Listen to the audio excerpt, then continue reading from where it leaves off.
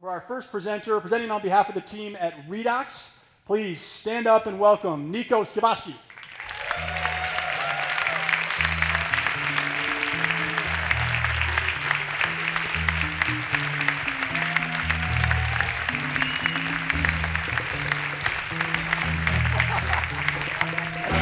The standing ovation really is really nice.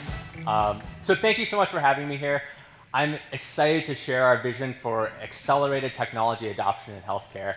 I had the pleasure of working at Epic, where we saw rooms like this changed into rooms like this. And over the past decade, we've seen healthcare really digitize medical records, right?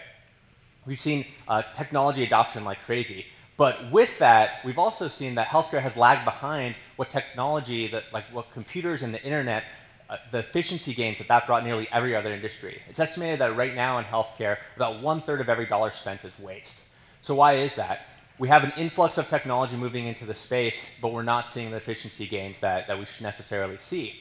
The problem is that the new technology being built on modern stacks are being built in the cloud, and they need to integrate with the health systems and the EHR systems that are in the basements of these health systems. To do that, they need to build a point-to-point interface and work with proprietary closed systems that were never designed to interoperate. This ends up costing these application vendors around $30,000 per health system they work with. If we take a step back and look at the entire industry, this represents about a $3 billion spend in healthcare right now. It's a true barrier to entry in technology innovation today. So Redox centralizes this effort. We provide massive efficiency gains by transmitting and translating data coming out of health systems through a modern application programming interface, or API. Since we launched in January, we've onboarded over 100 software vendors. These guys look to us and our expertise within this space to build integrated workflows and bring us into the health systems that they're selling into. And on the other side of this market, the health systems are beginning to look at us as a marketplace of sorts, of applications that they can turn on without costly and lengthy implementation processes.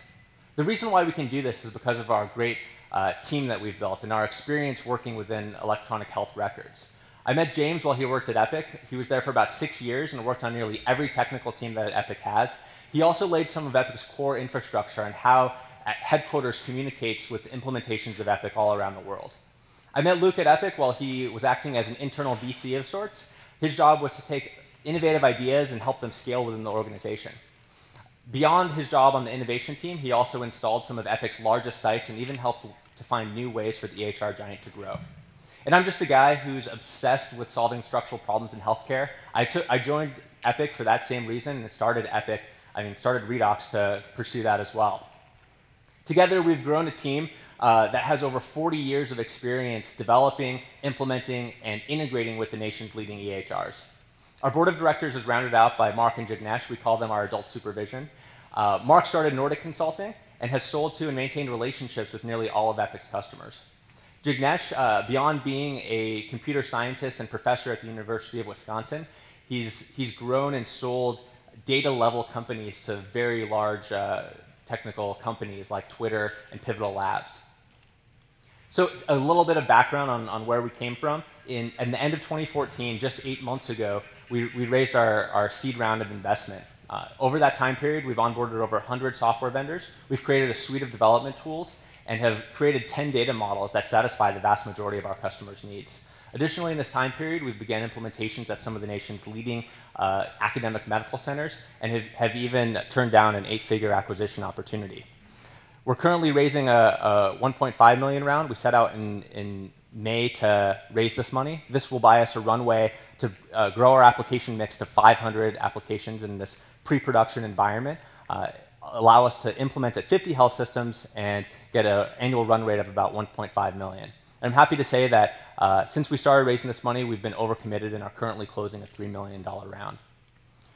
At Redox, we're extremely passionate about the democratization of technology adoption in healthcare. We believe that with a new set of infrastructure in the space, will allow the best technology to get to market to impact the efficiency and quality of patient care around the country. And we're ecstatic to be doing that in Madison, the land of beer, cheese, and health IT. Thank you.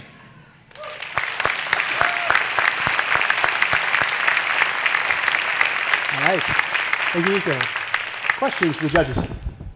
Niko, great presentation. Thanks. Are your customers the software companies? Is it going to be the health systems or both? And then talk a little bit about just what's your revenue model? Yeah, great question. So the question was, who's our customer, the application side or the health system side?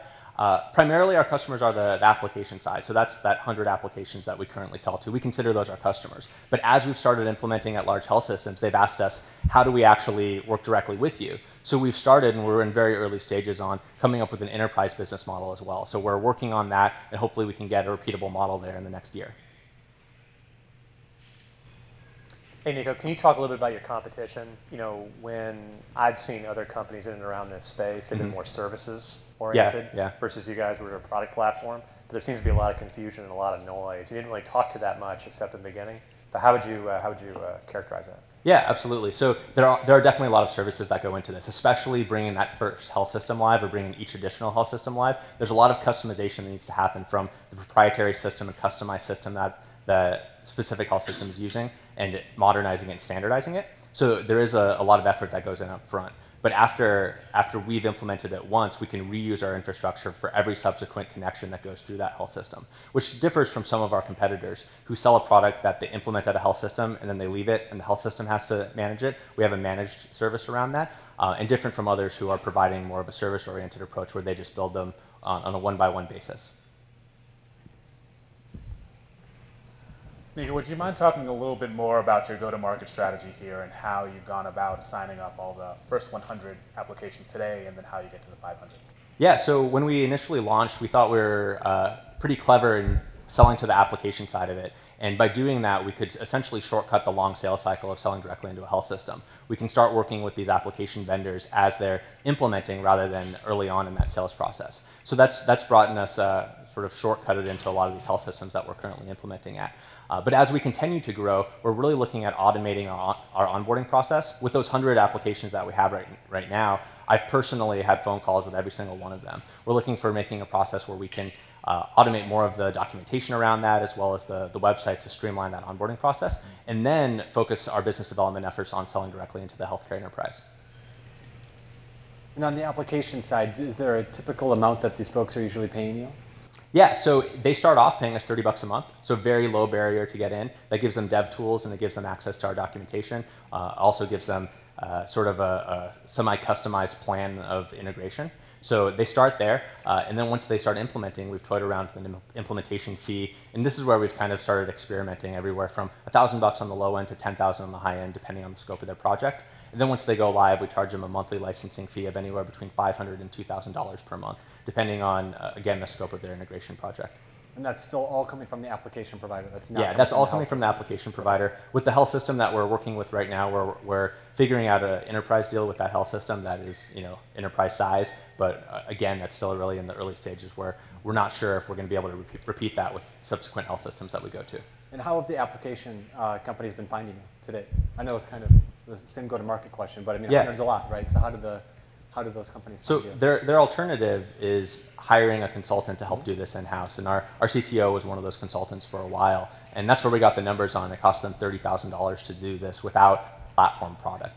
So we charge them, in comparison around $6,000 to $10,000 per year rather than an upfront $30K. So from a cost perspective, it's much easier for them. Additionally, they don't have to bring people in-house on their team to help maintain these things. So we're moving to a place where it's kind of like hosting used to be. Early internet companies had a server in their office, and then it moved to the cloud. Soon people, they used to integrate within their teams, and now they're going to move it to a centralized service, a managed service that we can provide for them. Okay.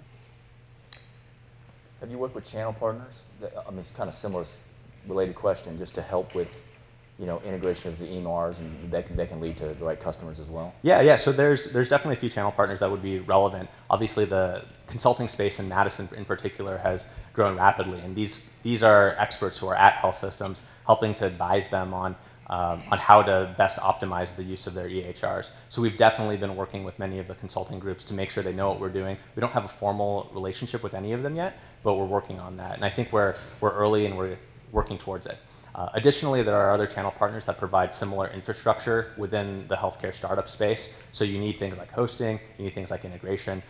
Those are various other channel partners that we do have a more formal but still informal relationship with, sort of sharing customers. And Niko, what about the platform side? You have an obvious relationship with Epic, but what about Cerner and Allscripts? How are you making inroads there? Yeah. So Epic's our sweet spot. We all came from there. We know that technology in and out. But a lot of our engineers, their job at Epic was to integrate Epic with other EHR vendors like Cerner, like Allscripts. So we know how those infrastructure products. We know how to integrate with those guys as well. One of the health systems we're integrating with right now is a Cerner shop, so we're gaining more experience in doing that. Where we're going to lack on the other EHRs is on the workflow side of it. We know Epic really, really well. We can handle the technology from other EHRs, but we're going to have to do some catching up on the helping out with workflow.